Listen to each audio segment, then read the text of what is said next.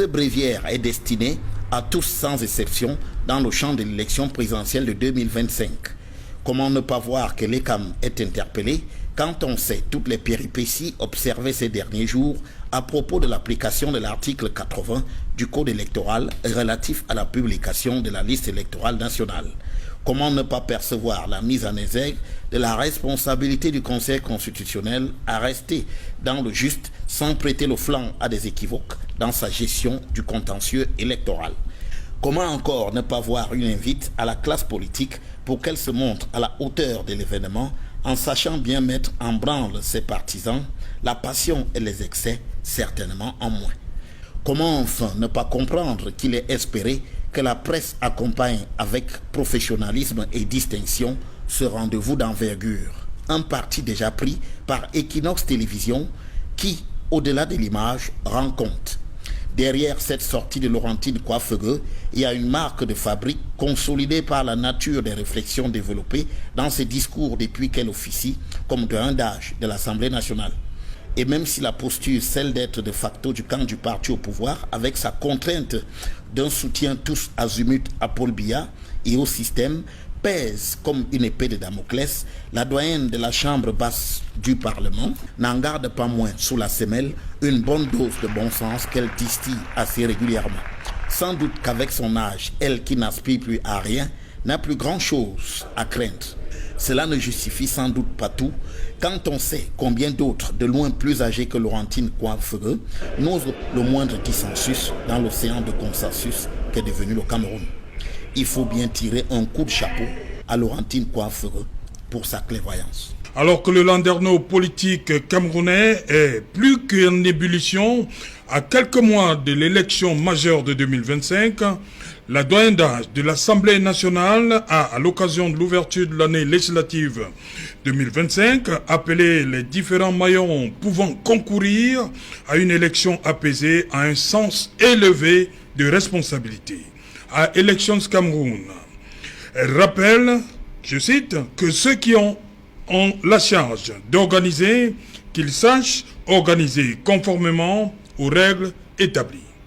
Au Conseil constitutionnel, elle dit que ceux qui doivent juger disent le droit, rien que le droit, aux partis politiques et autres organisations de la société civile.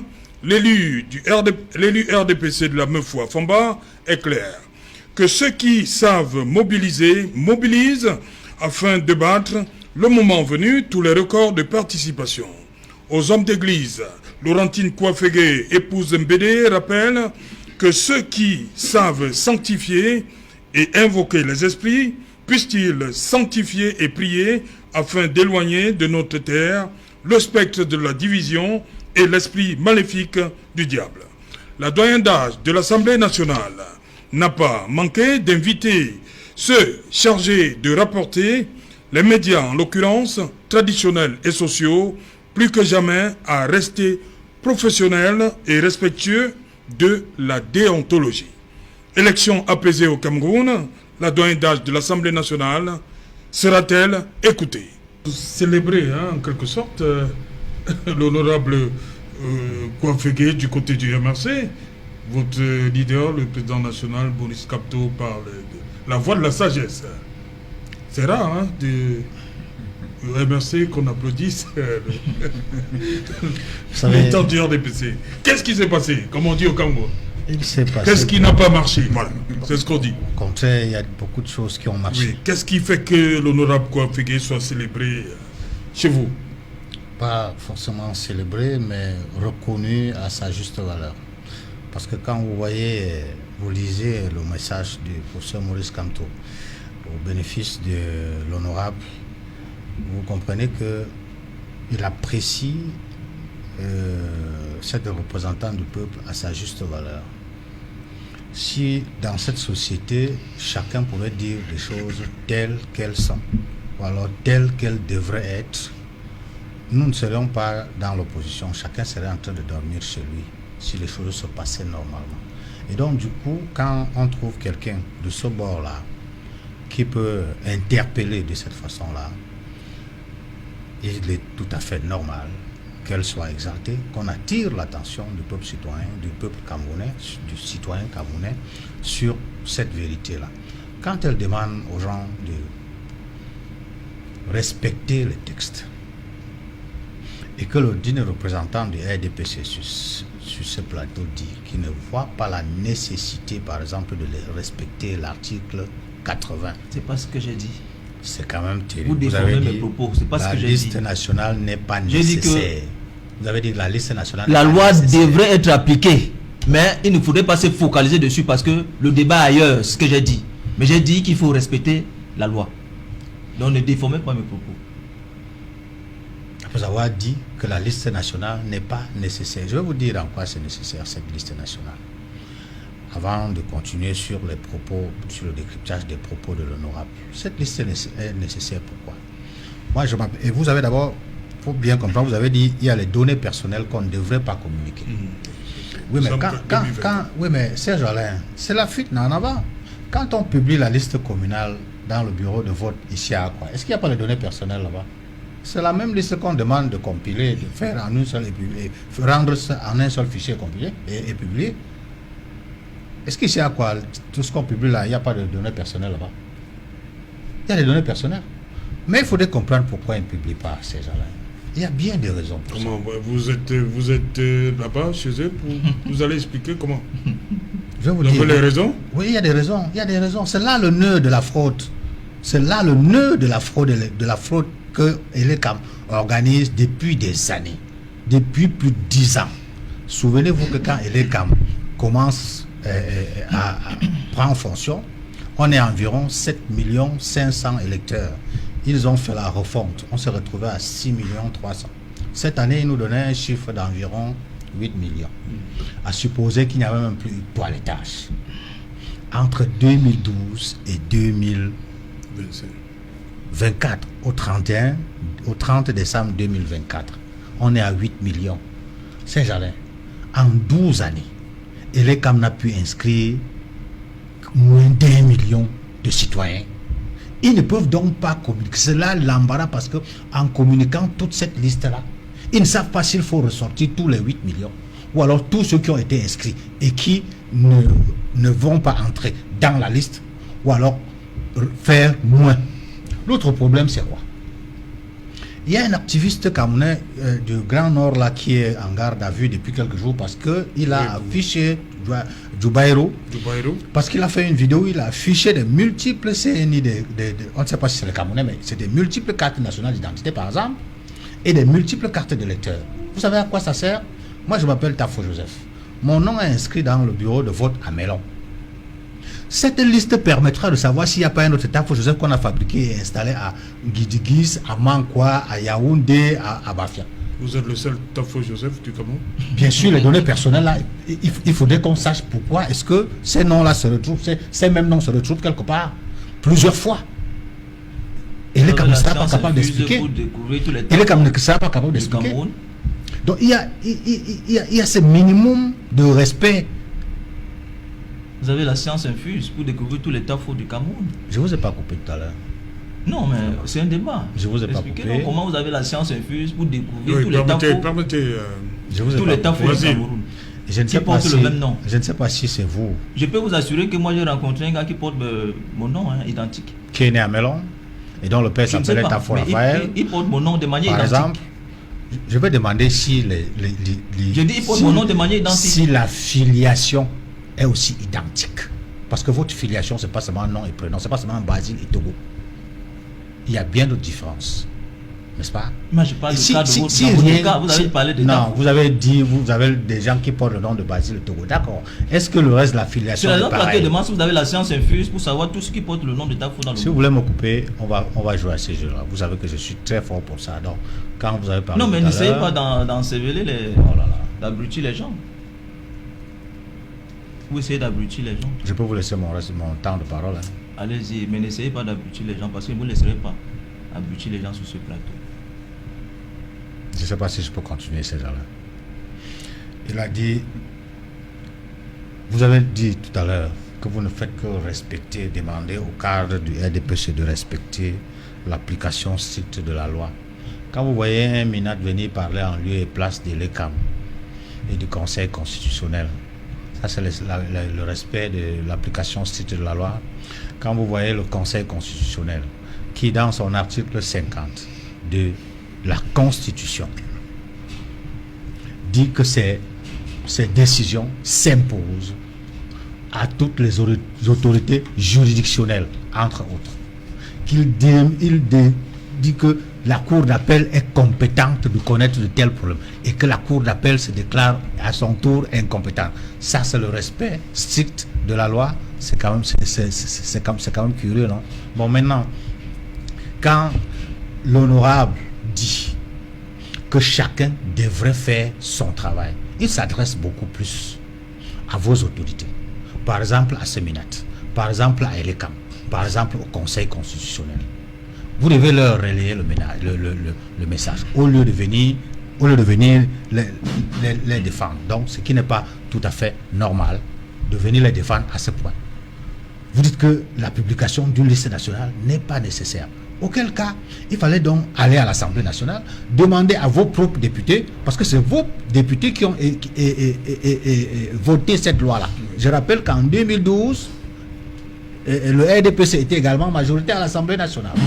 Maintenant, si vous estimez que ce n'est pas nécessaire, retournez à l'Assemblée nationale, supprimez complètement cet article 80 et puis dites, bon, puisque ce n'est pas nécessaire, ça ne vaut pas la peine que ce soit là. Mais dès lors que c'est là, ça doit être respecté aussi simplement. Maintenant, la question centrale, Serge Alain, permettez-moi de chuter par là. La question centrale, qui est de savoir si la doyenne peut être écoutée. Les Ivoiriens disent, quand on t'envoie, il faut t'envoyer aussi. C'est-à-dire que si ils ne sont pas écoutés, s'ils peuvent écouter, tant mieux. Mais s'ils ne peuvent pas écouter, le peuple camerounais peut l'écouter. Parce qu'à ce moment-là, en 2023, quand elle a parlé, on a dit c'est des gesticulations, c'est des diatribes d'une mère qui découvre le prétoire, machin. En 2024, elle a réitéré ces dénonciations. Maintenant, en 2025... Non, elle ne découvre pas les députés depuis 2012. Hein. Je veux dire, ces dernières déclarations, parce que c'est en 2023 qu'elle commence à... les doyens d'âge. Oui, qu'elle est doyenne d'âge et qu'elle commence à parler de manière aussi concrète. Parce que ses camarades politiques, même en 2023, disaient n'importe quoi. Mais en 2025, elle a compris qu'elle ne fait pas seulement le rôle de la politique. Le rôle de politicienne qu'elle est, elle est en même temps une mère.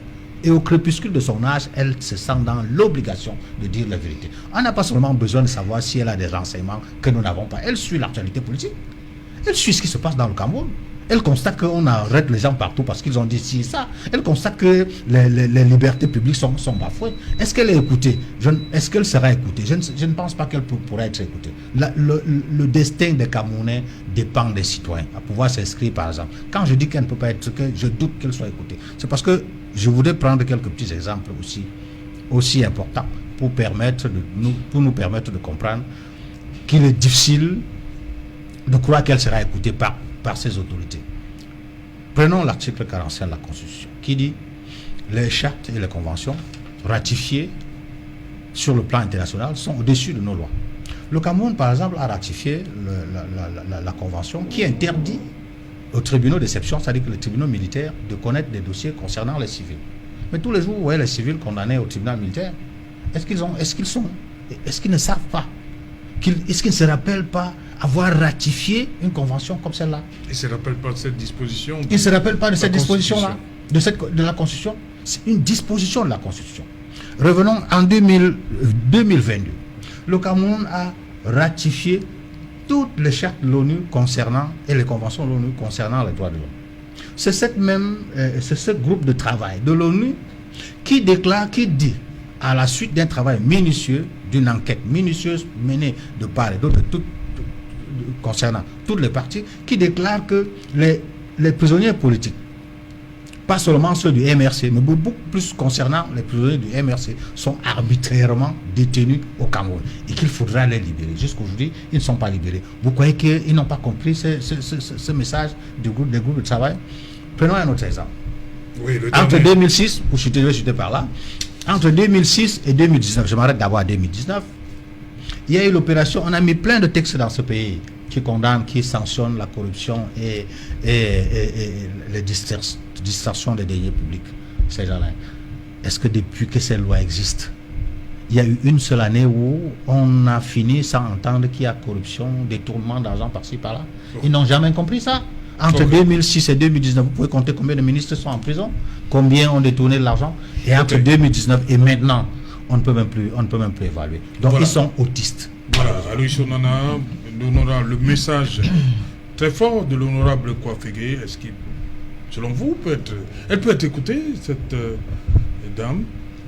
Non, je pense qu'il y a d'un côté un côté idéal de la vie politique de l'honorable Kouafégué et un autre côté un peu plus pratique ou alors pratique des hommes qui sont au pouvoir, des hommes de l'État central. Elle voudrait que le parti revienne à ses idéaux du départ, la rigueur. Si on avait respecté tout cela, l'honorable aurait de la peine aujourd'hui à interpeller les uns des autres. Donc, dans sa logique, c'est ce qui devrait se faire. Mais sauf que il y a un autre volet de la politique qu'il ignore, c'est l'engagement ou le désir de chaque parti à rester au pouvoir. Et donc, lorsque vous regardez un peu, j'ai fait la gesticulation à Tanganji, aller décapiter des partis politiques, aller s'aimer la zizanie de part et d'autre, vous comprenez qu'en face, le parti au pouvoir n'est pas prêt à lâcher prise. Si vous avez écouté le champion de Basel de Togo parler de son énergie qui est encore intacte le 31 décembre et le 10 février, vous comprenez que il est, sans le dire ouvertement, il est candidat. Et donc, candidat, il sait qu'en face de lui, il a des obligés, des gens auxquels il a offert des stapotins qui lui doivent prospérité, ascension sociale et qui sont dans des ministères, qui sont au Conseil constitutionnel, qui sont même élégants. Donc, vu ainsi, il est presque interdit, n'est-ce pas, de penser à concevoir un échec du président. Et donc, Kouafégué l'honorable peut bien émettre des idées, mais sur le plan politique vraiment réel, la réelle politique, il sera difficile que des gens acceptent de publier les résultats. Si aujourd'hui on avait par exemple un vote au terme duquel le RDPC venait par extraordinaire à perdre, il serait carrément difficile à ceux-là qui sont chargés de publier les résultats. Il leur sera difficile, n'est-ce pas, de venir s'asseoir et accepter de scier la planche sur laquelle ils sont assis. C'est un peu paradoxal. Et donc, je doute fort que l'honorable soit écouté, parce que la politique, ce n'est pas le voir bébé comme on dit, c'est des coups secs, c'est la ruse.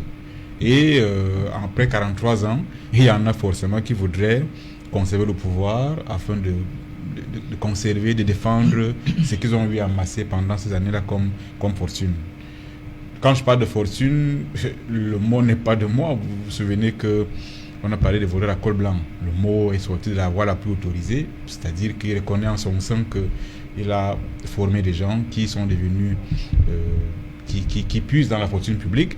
Si vous remontez encore en 92, vous vous rendez compte qu'il y a eu quand même certain Garga Manadji qui a démissionné parce que justement il avait commencé à fustiger cette gestion-là. Et donc, de baleine.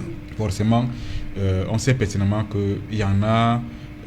La rigueur a remplacé, je veux dire quoi, la rigolade a remplacé la rigueur, et vous avez la rigolade, vous avez le vol qui a été érigé en valeur, vous avez le mépris qui a été érigé en valeur. Les gens se plaignent du matin au soir, ils ne sont pas reçus dans l'administration. Bref, en un mot comme en mille, il est quand même difficile aujourd'hui que le parti au pouvoir défende son bilan, parce que le chômage chez les 35 ans, il est assez élevé.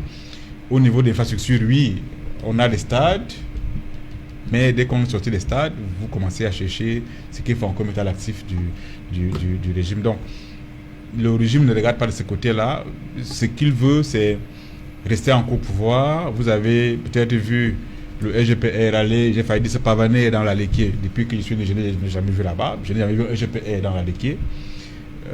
Je comprends que le moment est très fort. Et aujourd'hui, il est question de venir courtiser ceux-là qui constituent des voix assez importantes. Et donc, étant déjà en campagne, il est difficile de commencer à songer un tout petit peu l'échec du parti au pouvoir, qui a avec lui certains acolytes comme Elecam, comme le Conseil constitutionnel, qui du jour au quotidien nous donne des informations qui ne rassurent pas, qui ne nous montrent pas que nous allons vers la transparence. Si vous avez eu des milliers d'empreintes qui ont disparu, si vous avez le site qui aurait été piraté, si on a de la peine à publier la liste nationale, vous comprenez qu'en fait, Elecam ne fait que multiplier des actes qui poussent les uns des autres à douter de sa bonne foi. Et donc, je doute une fois à mon niveau que l'honorable soit écouté. Ok. Voilà, René Stéphane Goué, vous êtes d'accord avec le prédécesseur que ce sera difficile pour que l'honorable Coiffigué, ce sont ses voeux. Hein. Ce ne sera pas exaucé. Tout ce qu'elle souhaite. Vous voyez les CAM en train d'organiser comme cela se doit, en respectant les règles établies? Non. Il y a longtemps que j'ai dit sur ce plateau qu'il ne faut rien espérer des seigneurs qui nous gouvernent. C'est vrai, nous sommes je vais une fois de plus vous décevoir certains, nous sommes à l'ère de la politique spectacle. Donc aujourd'hui, c'est qui fait le plus de théâtre pour qu'il soit entendu. Mais moi, lorsque j'écoute tout ce qui est dit, c'est du réchauffé. Le président national de RDPC lui-même l'a dit. Quand il parle des bandits au col blanc, quand il parle de l'inertie, quand il parle de je ne sais quoi, il est le premier à dénoncer ces faits. Qu'est-ce que ça a apporté comme changement? Rien du tout. Rien du tout. Il a dit dernièrement, ils vont rendre gorge. Le Covid, ils ont rendu gorge. Les stades, ils ont rendu gorge. Non, essayons à un moment donné de nous concentrer à l'essentiel. De laisser... On dit qu'il jouissait de la présomption d'innocence. Bon, il ne fallait pas les... Et les prisonniers du MSC ne pouvaient pas aussi jouer la présomption d'innocence. Je n'ai pas compris. La présomption d'innocence de qui? De ceux qui vont rendre gorge ou bien Non, après le rapport sur le Covid. Après le rapport sur le Covid. C'est le haut magistrat quand même. Hein. On a dit qu'il ne fallait pas les jeter comme ça en pâture, mais il fallait... Les a-t-on seulement entendus? Voilà. Et pourquoi le président national a pris parole sur le sujet? Quand il parlait des pendus au col blanc, ce n'est pas de moi qu'il parlait. Donc, il y a quand même de qui? un président de la République, lorsqu'il prend la parole, il faut quand même avoir une capacité d'analyse et de lire entre les lignes. Il a une équipe de gestion. S'il dit le Cameroun est géré par des bandits avec des cols blancs, ça veut dire que c'est ceux qui sont avec lui dans la gestion de cet État. Donc ça, on n'a pas besoin de donner les noms. Non, il n'a pas dit ce qui gère avec lui. Il a dit que c'est les paysans de Matombo comme moi. Non. Bon, alors, moi je vais vous dire que je ne réduis pas la portée de la parole de la doyenne, mais je dis chaque fois que ça arrange les membres de ce parti politique, chacun fait de la gesticulation pour pouvoir attirer l'attention et la sympathie du peuple.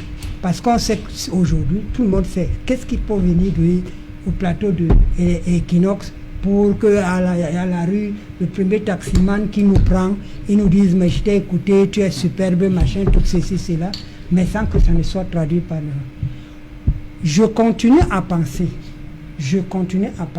qu'il y a des valeurs fondamentales lorsqu'on parle de la réorganisation et pour un peu prendre les termes de mon voisin d'en face qui parle de la renaissance. S'il faut renouveler la classe politique. Il faut que les gens cessent de nous faire croire que 15 minutes de discours, ça suffit pour qu'on ait un véritable organe électoral. Vous vous souvenez avec mon cher Zipan ici, on s'est griffé les chignons parce qu'il a dit oh désormais on a trouvé la formule magique pour que les élections ne soient plus truquées au Cameroun.